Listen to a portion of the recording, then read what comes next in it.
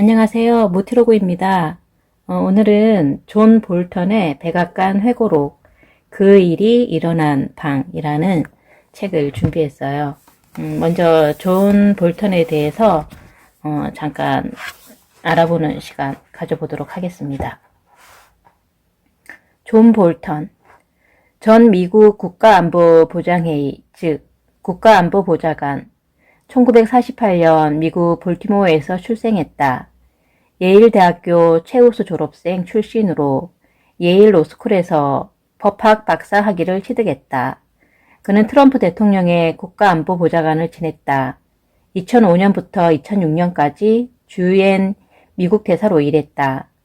오랜 기간 공직을 수행해 왔으며 로널드 레이건, 조지 H.W. 부시 대통령 정부에서 고위직을 맡았다.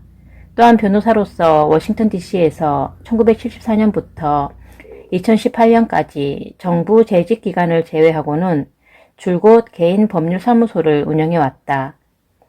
이 책, 그 일이 일어난 방은 트럼프 행정부의 국가안보보좌관으로 경험한 453일의 기록을 책으로 펴낸 것이다. 그는 거의 매일 대통령을 만나온 사람답게 집무실 안팎에서 드러난 트럼프 대통령의 모습을 꼼꼼하게 그려냈다. 그리고 책 소개 잠깐 해드리겠습니다. 존 볼턴의 회고록. 트럼프 대통령의 반대로 몇 번의 출간이 무산되었다가 우여곡절 끝에 빛을 보게 되었다. 존 볼턴은 메모광이라는 별명에 걸맞게 2018년 4월부터 2019년 9월까지 백악관 국가안보보좌관으로 지내며 해당 시기에 백악관에서 일어난 일들을 상세히 기록했다. 이 책은 그 내용을 마치 드라마로 보듯 위트와 풍자를 곁들여 흥미진진하게 소개한다. 노련함과 해안까지 겸비한 저자의 필력을 책 곳곳에서 묻어나는 유머러스함과 함께 더욱 빛을 발한다. 책은 내부자의 눈으로 트럼프 행정부를 바라본 가장 종합적이고도 풍부한 회고록으로 꼽힌다. 로널드 레이건과 아버지 부시, 그리고 아들 부시 정부에서 모두 일해본 저자 존 볼턴은 트럼프 정부의 국가안보보좌관으로서 대통령을 거의 매일 만나본 사람답게 집무실 안팎에서 드러나는 그의 모습을 섬세하고 꼼꼼하게 그려냈다. 특히 그는 트럼프 대통령이 외교 정책을 마치 부동산 거래를 매듭짓는 일줌으로 여기고 인간관계에 있어서도 TV 쇼맨십에 치중하는 모습, 자신의 관심사를 추구하는 면 등을 낱낱이 파헤친다. 1장 웨스트윙으로 가는 대장정.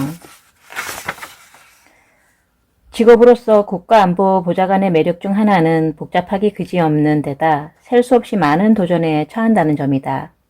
만약 당신이 산사태처럼 쏟아지는 정보와 내려야 할 결정들, 막대한 업무량에 압도되고 있다고 해보자. 그리고 그 와중에 형언할 수 없을 정도로 다양하게 전개되는 국내와 국제 인사들의 불꽃 튀는 자존심 대결을 본다고 해보자. 이때 흥분을 느끼는 사람이 아니라면, 혼란과 불확실과 위험을 좋아하는 사람이 아니라면 다른 일을 찾아보길 바란다.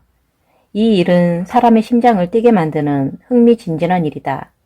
하지만 외부인들에게 이렇게 정신없이 돌아가는 판에 복잡한 퍼즐들이 어떻게 맞아 떨어지는지 설명하기란 불가능하다. 게다가 그렇게 맞아 떨어지는 경우도 별로 없다. 여기서 그간 트럼프 행정부의 변화 과정에 대한 포괄적이고 조리 있는 이론을 제시할 수 없다. 그런 일은 불가능하기 때문이다. 하지만 트럼프 행정부가 밟아온 그간의 궤적에 대한 워싱턴의 통념은 틀렸다.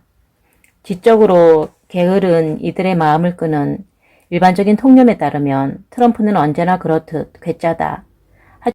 하지만 취임 후 첫 15개월 동안은 새로 앉게 된 자리에서 어떻게 해야 할지 모른 채 원로들의 연합에 꽉 붙들려 행동하길 망설였다. 하지만 차츰 시간이 흐르면서 트럼프의 자신감은 점점 커졌다. 원로들은 하나둘 떠나고 모든 것이 무너져 내렸다. 그 후 트럼프는 예스맨들에게 둘러싸이게 되었다는 이론이 정설로 통하고 있다. 이 가설은 부분적으로는 사실이지만 대체로 지나치게 단순화되었다. 원로들의 연합은 여러모로 트럼프 정부에서 오랫동안 지속될 문제들을 초래했다.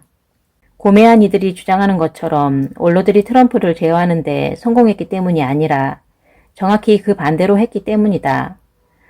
원로들은 새 행정부의 질서를 확립하기 위한 일들을 충분히 하지 않았다.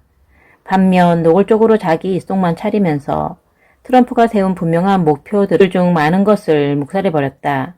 그래서 그렇지 않아도 사람을 잘 안 믿는 트럼프의 성향을 더욱 구체질했다.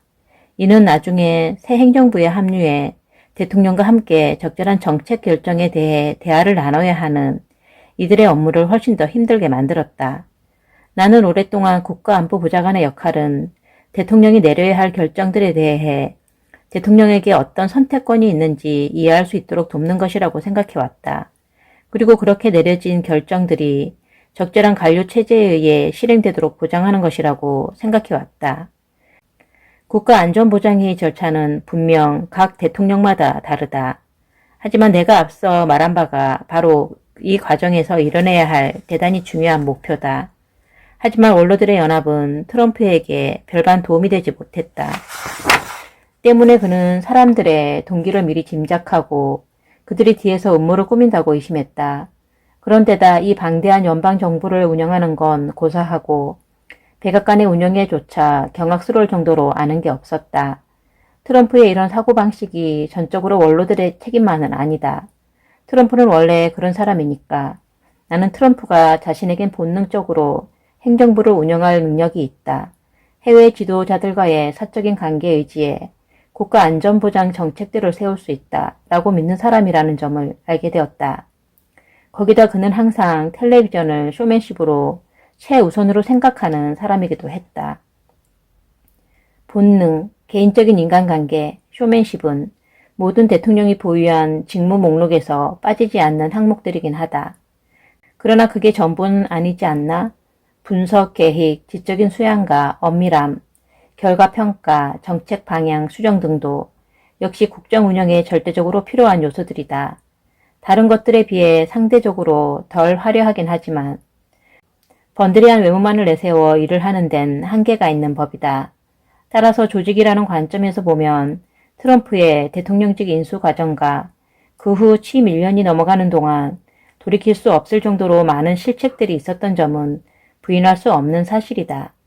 특히 트럼프의 많은 고문들은 과거 행정부의 하급 관료로라도 일한 경험이 전혀 없는 사람들이었다.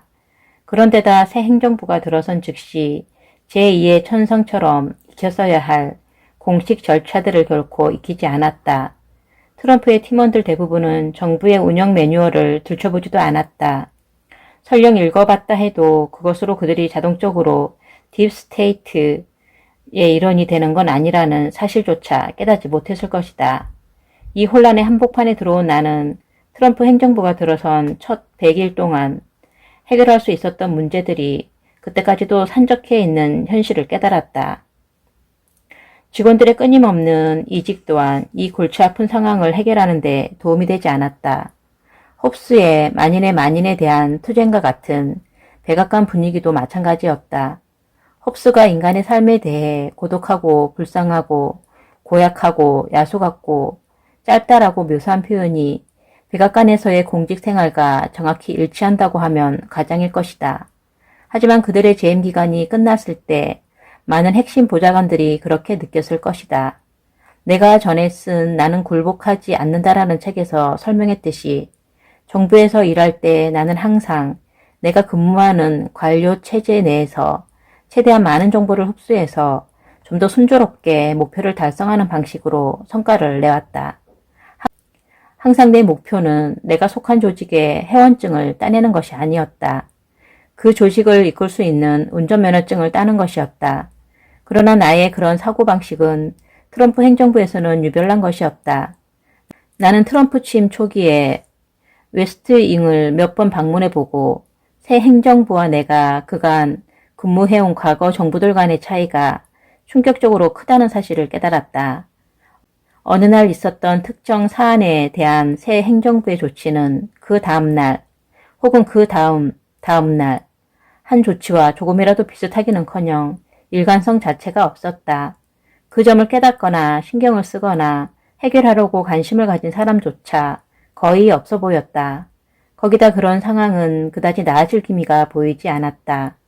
나는 이 새 정부에 정식으로 합류한 후에야 이렇게 우울하지만 피할 수 없는 결론을 내리게 되었다.